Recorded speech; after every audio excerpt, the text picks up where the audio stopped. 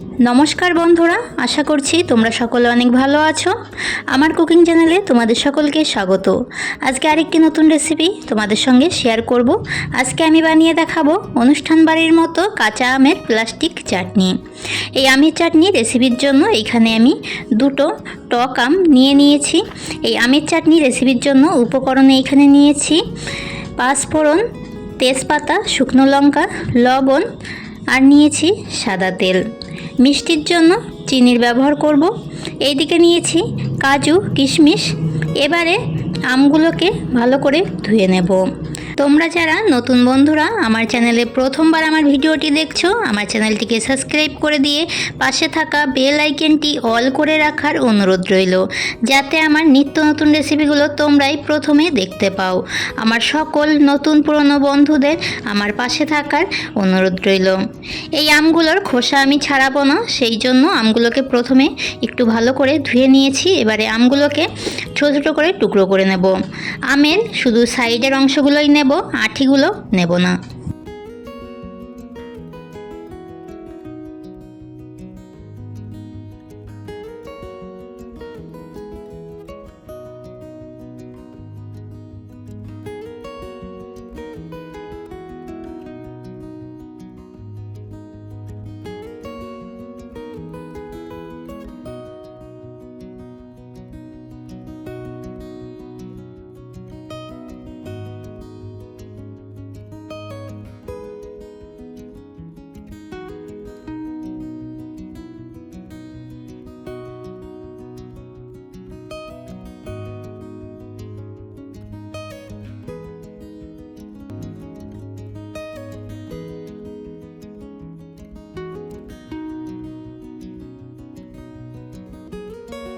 আম দুটোর সাইডের অংশগুলো নিয়ে নিয়েছি। একটু লম্বালম্বি করেই আমগুলোকে কেটে নিয়েছি। কাটার পরে আমগুলোকে আবারও জল দিয়ে ভালো করে ধুয়ে নেব। জল দিয়ে ধোয়ার পরে আমগুলোকে এই একই জলে আমি 2 মিনিটের জন্য ভিজিয়ে রেখে দেব। আমের গায়ে যেই কষটা আছে সেই কষটা ভালোভাবেই বেরিয়ে যাবে। আমের চাটনিটা রান্না করার জন্য আমগুলোকে প্রথমে হালকা সেদ্ধ করে নিতে হবে। এইখানে কড়াইতে জল দিয়ে দিলাম। এবারে দিয়ে দেব সামান্য লবণ। লবণ দিয়ে জলটাকে হালকা গরম করে নিয়েই কেটে রাখা আমগুলো দিয়ে দেব। টক আমগুলো সেদ্ধ করতে বেশি একটা টাইম লাগে না, 2 মিনিট মতো জাল করে নিলেই আমগুলো সেদ্ধ হয়ে যাবে।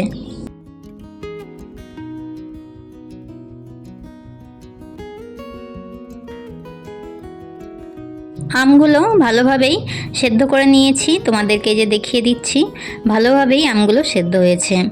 এবারে নামিয়ে জলটা ঝরিয়ে নেব।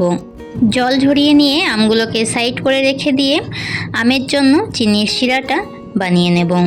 চিনির শিরাটা বানানোর জন্য এখানে আমি 1 কাপ মতো চিনি দিয়ে দিলাম আর দিয়ে দিচ্ছি সামান্য জল। তোমরা যেই রকম মিষ্টি খেতে পছন্দ করো সেই রকম চিনিটা ব্যবহার করবে। চিনির শিরাটাকে জাল করে নেব।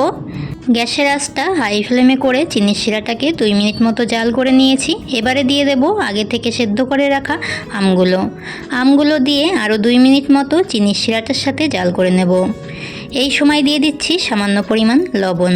লবণটা মিষ্টির ব্যালেন্সটা একদম ঠিকঠাক রাখে। আমটাকে 1 মিনিট মতো জাল করে নিয়েছি। এবারে দিয়ে দিচ্ছি কাজু কিশমিশ। কাজু কিশমিশগুলোকে আমি আগে থেকে জল দিয়ে ভালো করে ধুয়ে ভিজিয়ে রেখেছিলাম। চিনির শিরাটার সাথে আমগুলোকে 2 মিনিট মতো জাল করে নিয়েছি। টকের জন্য আমগুলোকে চামচের সাহায্যে এইভাবে ঘেঁটে দেব। চিনির শিরার সাথে আমটা সাইড করে রেখে দিয়ে ফোড়নের জন্য প্যানে দিয়ে দিচ্ছি সাদা তেল। তেলটাকে গরম করে নিয়ে ফোড়নে দিয়ে দেব পাঁচফোড়ন, শুকনো লঙ্কা, তেজপাতা। পাঁচফোড়ন, শুকনো লঙ্কা, তেজপাতাগুলোকে হালকা নাড়াচাড়া করে ভেজে নিয়েই আমগুলোকে ফোড়ন দিয়ে দেব। এখানে অবশ্যই সাদা তেলের ব্যবহার করবে, তাহলে চাটনির কালারটা খুব সুন্দর আসবে। আমগুলোকে ফোড়ন দেওয়ার পরে 1 থেকে 2 মিনিট মতো গ্যাসের আঁচটা হাই ফ্লেমে করে দিয়ে জাল করে নিলেই কাঁচা আমের জেলি চাটনি রেসিপিটি হয়ে যায়।